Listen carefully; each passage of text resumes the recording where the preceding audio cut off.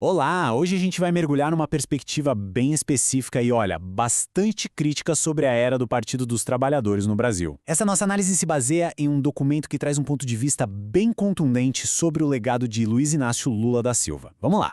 Para a gente já sentir o tom da coisa, a fonte que estamos analisando abre com uma citação bem provocadora. Felizes são aqueles que o rejeitaram uma vez, mais lúcidos os que o rejeitaram duas, e verdadeiramente conscientes os que o rejeitam 3 vezes. Isso já estabelece, de cara, o olhar crítico que o documento vai lançar sobre os acontecimentos. Então, vamos começar. A primeira parte do documento pinta um quadro de um Brasil que estava ali se reerguendo depois de um impeachment, sabe? Tentando encontrar um novo rumo, buscando estabilidade. Olha só essa linha do tempo, ela é chave para entender o argumento da fonte.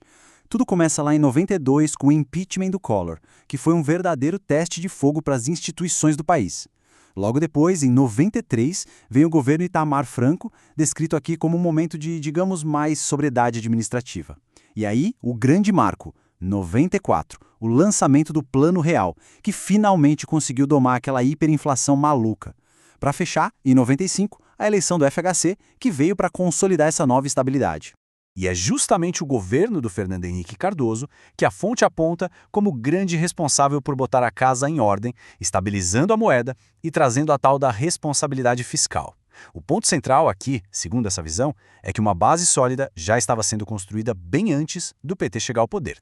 E o PT? Onde é que ele entra nessa história? Bom, segundo a fonte, o partido ficava de fora, na oposição, criticando justamente as medidas que estavam dando certo.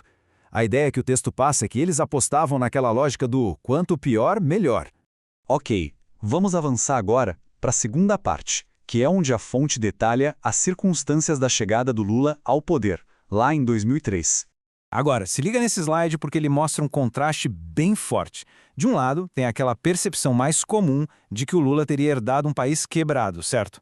Mas do outro, o argumento do documento é bem diferente. Ele teria recebido um país com a inflação já sob controle, as contas organizadas e com credibilidade lá fora. Então, a pergunta que fica é: de onde veio aquele boom econômico todo? A fonte aqui aponta para fora do Brasil. Tinha um ciclo de crescimento global que nunca se tinha visto antes. A China comprando commodities como nunca. E o resultado? Preços recordes para tudo que o Brasil vendia. Minério de ferro, soja, petróleo. E essa citação aqui, olha, ela resume perfeitamente a tese do documento sobre esse período. Não foi genialidade econômica, foi vento a favor. Ou seja, a ideia que se defende é que o governo basicamente surfou uma onda de sorte internacional, uma maré favorável que não foi criada por ele. Mas segundo essa análise, esse mesmo período de prosperidade e dinheiro entrando acabou abrindo a porta para uma outra fase. Uma fase que o texto descreve como de megalomania política e, mais grave, da construção de um enorme sistema de corrupção. E aqui vem a alegação central, talvez a mais pesada de todo o documento, a de que o maior sistema de corrupção da história do Brasil foi montado justamente nessa época, durante a era Lula. Para dar base a essa acusação tão forte, a fonte vai listando vários escândalos bem conhecidos. Olha só, o mensalão, aquela compra de apoio de parlamentares, o caso dos Correios, que foi a ponta do iceberg que revelou o esquema todo, o valerioduto, que era o mecanismo para fazer o dinheiro chegar nos políticos, e não para por aí, fraudes nos fundos de pensão de estatais e o famoso loteamento de cargos em empresas públicas. O jeito como a fonte descreve a transição de poder é bem interessante. Isso nos leva direto para a próxima parte, a crise da sucessora. O documento usa essa frase de impacto para falar da escolha da Dilma Rousseff. Lula não forma sucessores, impõe herdeiros. A crítica aqui é bem direta, né? A sucessão não teria sido uma escolha técnica ou baseada em mérito, mas sim uma imposição pessoal.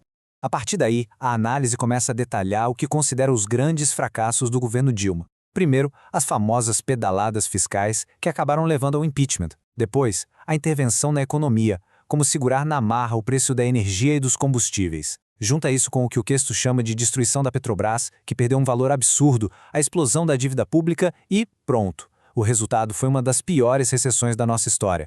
O resumo da ópera, segundo essa fonte, é bem duro. O resultado de tudo isso teria sido o quase colapso da economia e também das instituições brasileiras. Beleza, agora a gente chega na parte final do argumento, que é a avaliação do legado de longo prazo e do retorno mais recente do Lula ao poder. A fonte aqui interpreta o retorno de Lula de uma forma bem específica. não como um símbolo de esperança, mas como ponto máximo de uma decadência institucional. O texto chega a dizer que o discurso se tornou revanchista, com a mira apontada para enfraquecer o sistema de justiça. E essa citação final amarra toda a conclusão da fonte sobre o impacto da era PT. Seu legado não é de inclusão sustentável, mas de dependência, aparelhamento e erosão institucional. Traduzindo, o argumento é que o que ficou não foi autonomia para as pessoas, mas sim um Estado tomado por interesses de partido. Depois de passar por todos os pontos dessa análise, que tem um ponto de vista bem marcado, fica uma pergunta no ar para a gente pensar. Como é que uma única perspectiva, quando é muito forte, pode acabar moldando a forma como se entende não só o passado, mas também o presente e o futuro de uma nação inteira?